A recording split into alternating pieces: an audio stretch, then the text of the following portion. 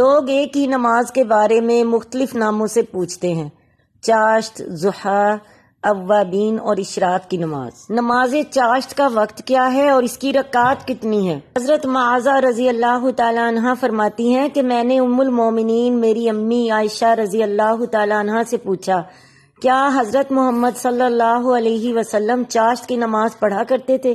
انہوں نے جواب دیا، ہاں، آپ صلی اللہ علیہ وسلم 4 رکعت ادا فرماتے تھے، اور کبھی آپ اس سے بھی زیادہ جتنی رکعت اللہ چاہتا پڑھ لیا کرتے تھے۔ چاشت کی نماز اللہ تعالیٰ کے مخلص بندوں کی نماز ہے، اس کی حفاظت مخلص بندے ہی کرتے ہیں۔ رسول اللہ صلی اللہ علیہ وسلم نے فرمایا، جس نے نماز فجر جماعت سے پڑھی، پھر بیٹھ کر اللہ تعالیٰ کا ذکر کرتا رہا یہاں تک کہ سورج نکل گیا، پھر اس نے 2 رکعتیں پڑھیں، تو اسے 1 حج اور 1 عمرے کا ثواب ملے گا۔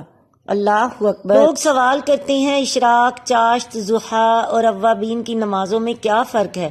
ان کا مسنون وقت اور رکعات کتنی ہے؟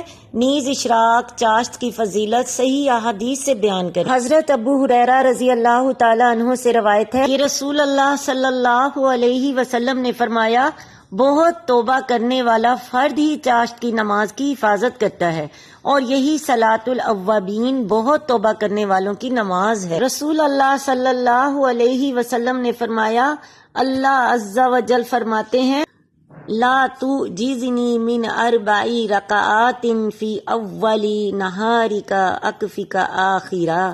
اے ابن آدم، دن کے شروع میں 4 رکعات نماز پڑھنے میں غفلت نہ کر، دن ختم ہونے تک میں تجھے کافی رہوں گا۔ ایک نماز کے اتنے فائدے اللہ تعالی ہمیں ادا کرنے کی توفیق عطا فرمائے، آمین۔